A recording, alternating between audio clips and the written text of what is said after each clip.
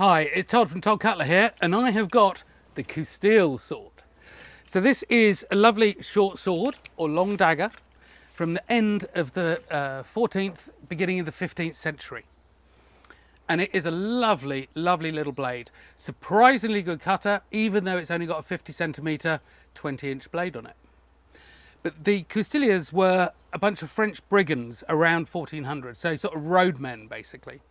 And they wanted a tool that was presumably big enough to do the job, big enough to be intimidating, but small enough that they could easily carry it when they're on the roads. So a long sword, for instance, or even a more traditional single-handed, is just a more awkward weapon to carry. That is my assumption for why they went for these.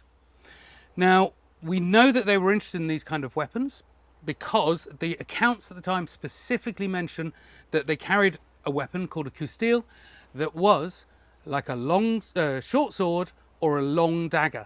So we know it's that sort of intermediate size.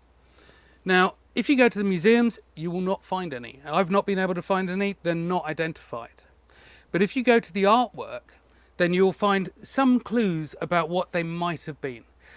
And I've based this sword on the configuration of the guard, the wheel pommel, the double-sided blade, and this sort of acute, almost a Type 18 blade, really.